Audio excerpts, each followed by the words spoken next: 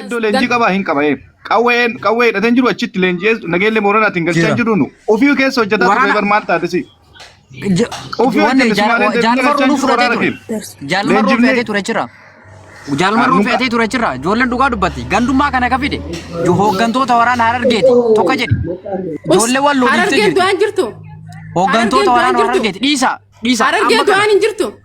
Harargeen du'aan hin jirtu jamaan. Dhugamaa keenya baasuu rabbiin fide.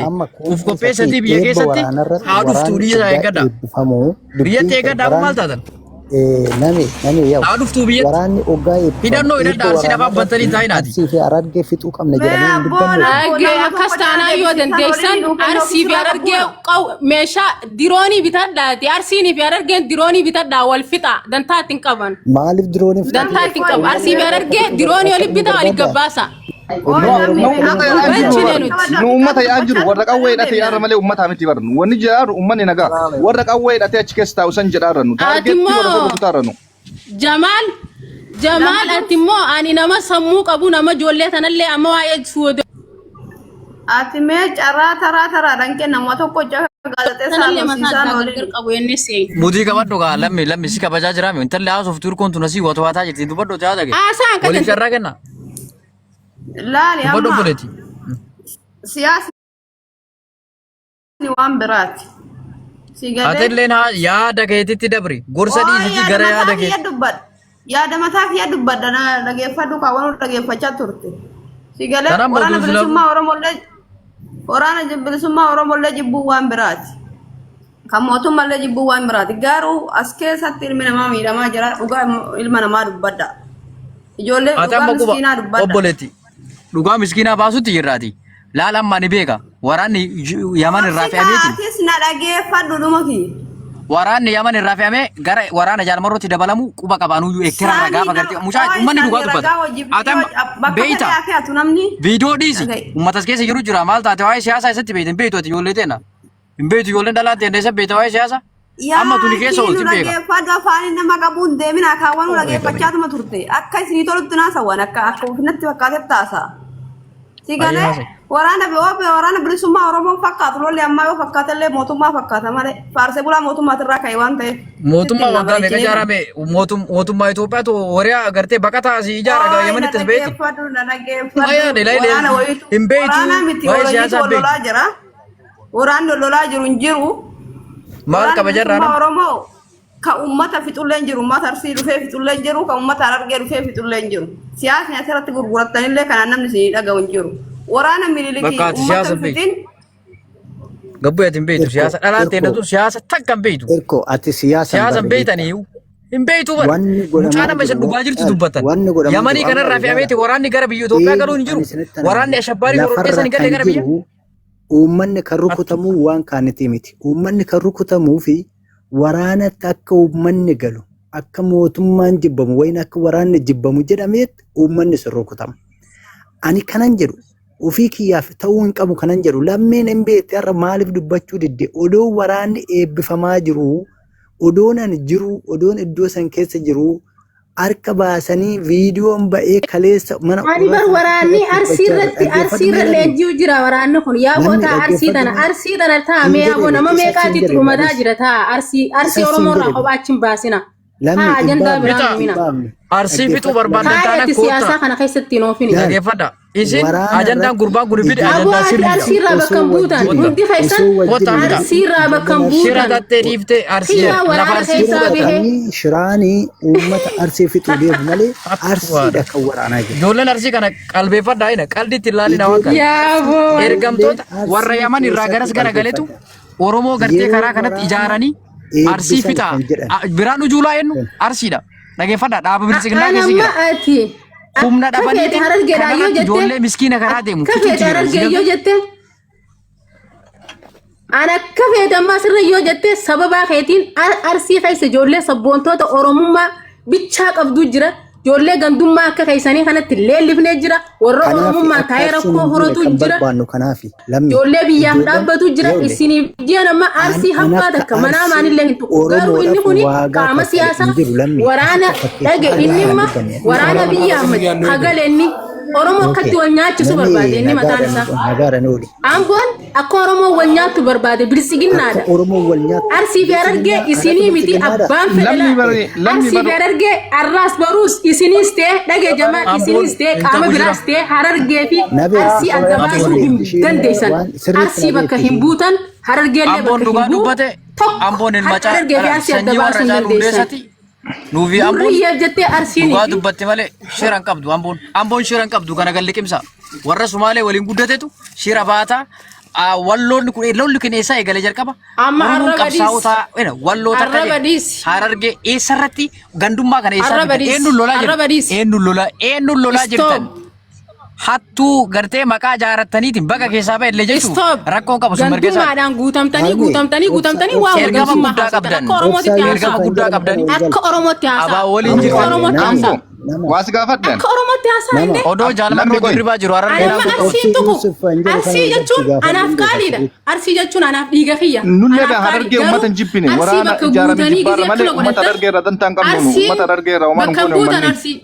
Arsiin bakka buutan arraas baruus arsiinii fi Harargeen tokko arsii bakka buutanii arsii uummata Oromoo irraa baastanii kophatti waraana adda bilisummaa Oromoo ijaaramee arsii bakka manaa buqqisuu deema alaamanaan arsii fixuu deema no I don't. Dhugaa si gaafadha. Arsiin qaama Oromoo dhiigaa fi lafeen garuu ani waan takka gandadiisa. Dhiyeenya kana jaarsa gugurdaa kafite mootummaa miti. Dhaqi muunessa qee muunessa dhaqi ilaal gaafadhu diidaa ka mililikuu hin dandeenye adda qe'ee keessa deemtee abbaa argee ajjeesaa uummata diidaa takka wanni diidaa irratti karoorfame waan bara 1882 garaagarummaan qabu gaafa jalqaba arsiin cabdu achiin cabdi ammallee saniif waraana guddaa gara lama itti banameera waraanni kun uummata siviilii ka ajjeesaa jiru uummata keenya mataa qabu jiru uummata keenya kan duguugaa jiru maaliif nama tokkicha deemeetiin guyyaa tokkitti warra wannaa kanan dhayin dhokataatiin nama siviilii maa ajjeesa wajjese waraana mootummaan ajjeesu siviilii maaf du'a bar nama fira akkamitti du'aara sababa waraana bilisummaa Oromoo jaalannuu fi obsarra malee ani waraana kana urgalantti deematee kujiba Jamaal kun kujiba Harargeen duuti jirtu Jimma duuti jirtu Arsiin duuti jirtu kutaalee Oromiyaa guuturraa namni du'aa jira uummanni keenya miidhamaa jira Arsii qomatti maa jira duguugamaa jira jenoosaayidii nurra raawwataa. Icciitii gabbaa saamee icciitii jiru. Icciitiin nuti barbaannu. Kaame kan sirba baana ta'u. Amma kottu dhiyoo kana si gaafadha ishii. Inni naannoo kottu nama irratti ka beeku. Bonqolloo waa beeku bata waraanni. Kutaan kudha takka keessatti kutaan kudha takka guututti dhumaa jira namni reefki nama gubamaa jira. Abbaan fedha aduu qoy. Harargee keessa namni du'aan jiru ijoollee saddeet qaba akka takka ajjeesanii waraabessi nyaata san arsiidha. Na dhageeffadhu. Arsii kophatti kana achi baasanii Oromoo irraa bakka isin geessan subhaanallah. Na dhageeffadhu takka dafaramee hin beeku uummanni keenya. Wallaggeeffachaa dubbadhaa kamaan. Lammi na dhagaye. Takka dafaramee hin beeku uummanni keenya. Warra mindaana biyyi wayyaan beebitu waa'ee mootummaa. Boombii itti darban sheekota keenyaatti. Biyya bilchuu namni xiqqoo kun keessatti dhumuun biyya tana keessa biyya gartee mirga hin qabne jaamti malee akka jirtan kanaa miti. Fooloon godhe ol seeni namni fooloon godhin banaa gabbu as keessa. Waa'ee Oromoo dubbatta jijjiirama anaa hinaafatiin hinnaatan. Dhageessa. Gabbu uummata keenya irratti warra sammar deemanii maaf tarkaanfii fudhachuu didan haga uummata keenya irratti darban jarri maaf eegan. Tooyibaan godhamuu qaba. Waliin lolina. Dhageeffadha. Sheekin akkas hin jedhu. Eena. Anamma. Dhageeffadha. Lola ganda keessaa kana eessaa dhufe ka jedhu. Lolli ganda keessaa eessaa dhufe ka jedhu. Abaa'oo kaleessa achi keessatti shira dhaqanii baqattoota irratti dhiibbaa goonaa. Ijoollee isaanii bochifnaa. Biyyatti illee ni saamnaa ni hannaa. Ka jedhu kana qabataniiti. Kun amma gara dhugaa dubbate amboon. Dhugaan amboon dubbate maaf jibbama. Amboon rakkoo qabaa. Amboon takka amboo nama amboo miti. Lafti amboo takka rakkoo qabdu. Dogongoras dalee beektu amboon. Amboo miti maraataan amboo keessa dhalate kijiballee beeku. Hacaalu hundeessaa fakkeenya godhanna waan hundaa daran dhiisaa waan biraa.